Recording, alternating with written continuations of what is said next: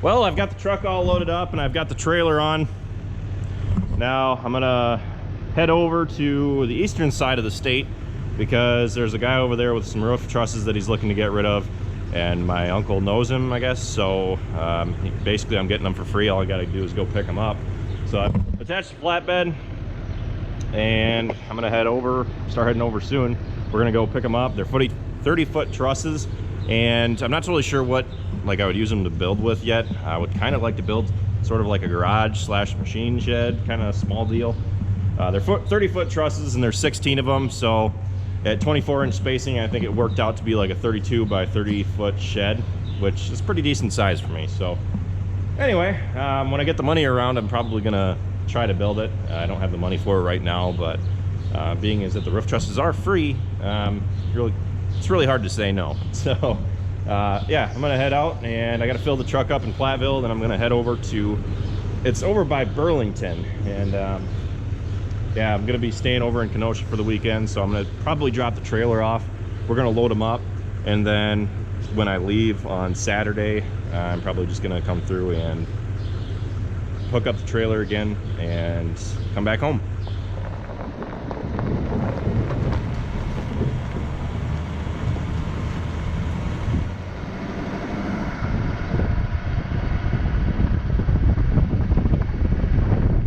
So I haven't had terribly good luck pulling trailers long distances with this truck.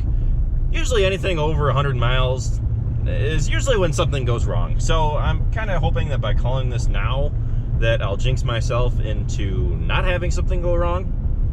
And I'm just hoping that by saying this now, you know, if something happens, I called it. But anyway, it's about 120 miles that I got to drive. Not too terrible long, but yeah, I've never really pulled the flatbed that long with this truck, so I'm going to fill up and then I'm going to keep driving.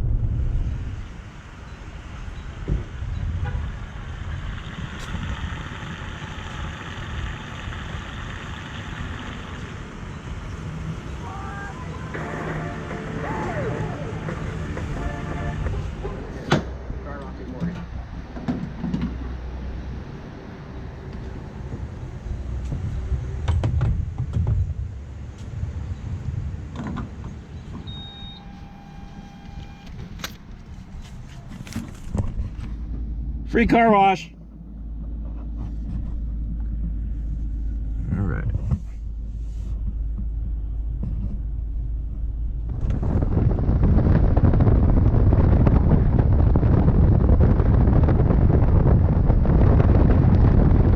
All right, almost exactly 150 miles. Now I'm searching for the driveway here.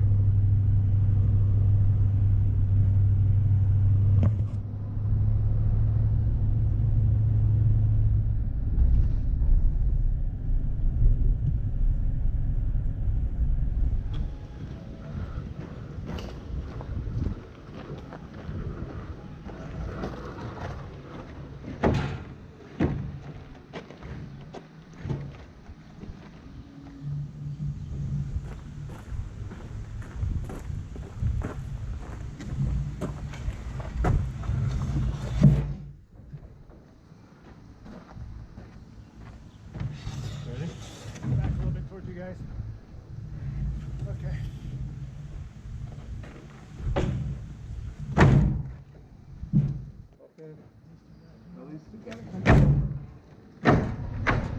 Well, we just got the trailer all loaded up. Now I'm going to come through in 2 days and pick the trailer back up. I'm going to be staying here. I'm on the east side of the state for 2 days. And then I'm heading back home. I'm going to swing back up here, pick up the trailer, and then head home. So, yeah, I guess I'll see you guys in 2 days. I'm gonna head to Kenosha and spend some time with Jamie's family. So I'm on my way back to pick up the trailer, and I'm going to head home. This trailer is probably gonna be, this ride is probably gonna be the most challenging trip with the trailer that I've made with this truck yet. So, yeah, I'm about 10 minutes away now. And it's just gonna be a long ride. I gotta drive a little bit slower because the trusses do hang off the end of the trailer. I'm pretty confident in the straps that I got on it, but it's just a matter of making sure that everything stays secure and just keeping an eye on it on the way back, because Wisconsin roads are pretty terrible. They're pretty bumpy, and there are situations like this where you have little tar strips where they try to go through and repair the roads. Well, they just keep doing that until they eventually decide that even car shocks are just too much because you're just sitting there and bouncing the whole time. So, all right, I'm gonna go pick up the trailer. Is it bad if I can't remember which driveway it was down? I think I might have driven past it. Or maybe this is it. This might be it. I think this might be it. All right. It's kind of a tight corner. There it is. Okay, that was definitely the wrong driveway. It looked the exact same. I guess I didn't look at the address real close, but all this is kind of confusing because last time I came here, I put in the address and it took me somewhere else, and that place was kind of like a ritzy place, kind of rich neighborhood, and yeah, I'm not totally sure if that's, I don't think that's the right one either. Oh, okay. I went down that path, which literally goes back to the exact same place, but there's a whole bunch of trees in between the roads. That is confusing. All right, well, at least I found where the trailer is. Still is, hopefully.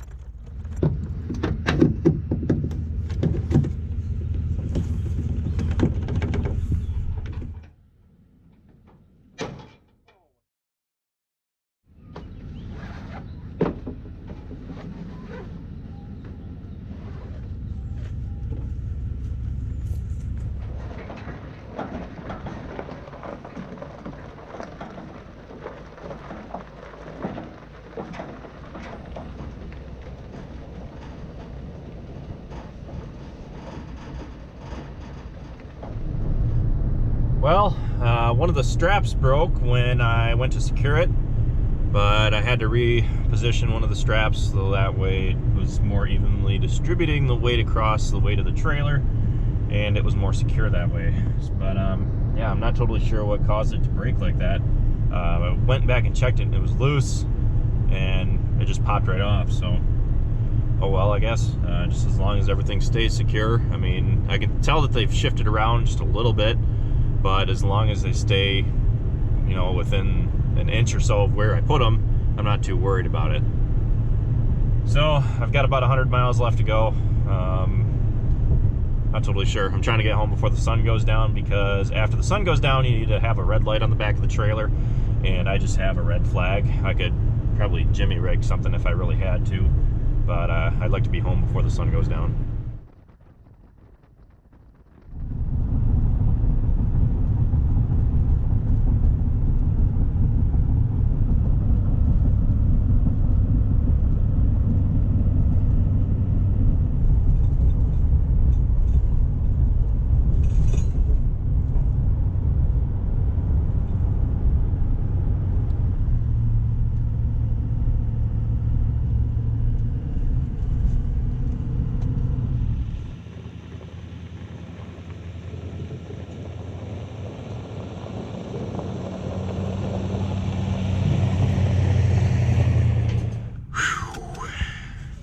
That is a huge stress relief, being back home. Now, the straps seem to have held on pretty well. I got out and checked them numerous times, and they really didn't seem to have any problems. I'm not totally sure what happened with the one that broke. I mean, my mentality with straps has always been that there's no such thing as too tight, and there's no such thing as too many straps. So I really cranked that one to try to get it to be as tight as it could be. and it just snapped right off. So I'm not totally sure whether I tightened it too much. I don't know. Could have been totally my fault, I guess. I was just under the impression that you could crank those with about a foot bar as hard as you could and they would still hold up. So anyway, we have 16 unit rafters here on the farm. Rafters, trusses, and yeah, it's not totally sure what it's gonna be used for yet. Either a garage or a shed, not totally sure which. I would like both, but basically just whenever I get either the time and the money around to do it, I want to do it. Basically all I really need now is a bunch of posts, some 2x4s, and some plywood, and I've got myself a new shed. So I don't know.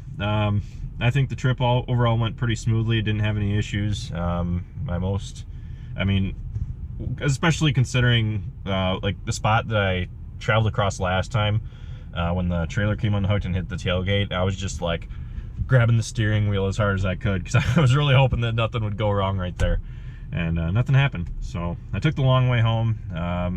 Let's be honest, I really didn't want to have to get pulled over by a cop and have him tell me I'm doing something wrong, and I don't really think that I was, but you never know. There's just so many things, especially with hauling trailers. You just never know. So let's see here. Let's see how big our trip was. We covered 366 miles round trip.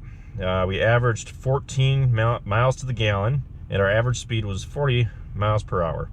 Now keep in mind that half that trip was without a trailer, so looking at the last 50 miles, which is probably going to be quite a bit lower because I was driving quite a bit slower. So we were looking at about 13 miles to the gallon pulling these trusses. This truck handled them quite well. It didn't really have any issues. You could tell they were back there, but honestly the truck only ran smoother with the trailer on. When I first got this truck, it was extremely bumpy, and that's because of the springs. The leaf springs in the back are just basically set to be hauling stuff all the time, and when you first get a new truck, the springs are going to be pretty bouncy, and they're not really going to have much give and play. So now that I've had it for a year, and after pulling a couple things with it and getting that weight on there, it's really smoothed out the ride on the truck. So I'm going to show you something.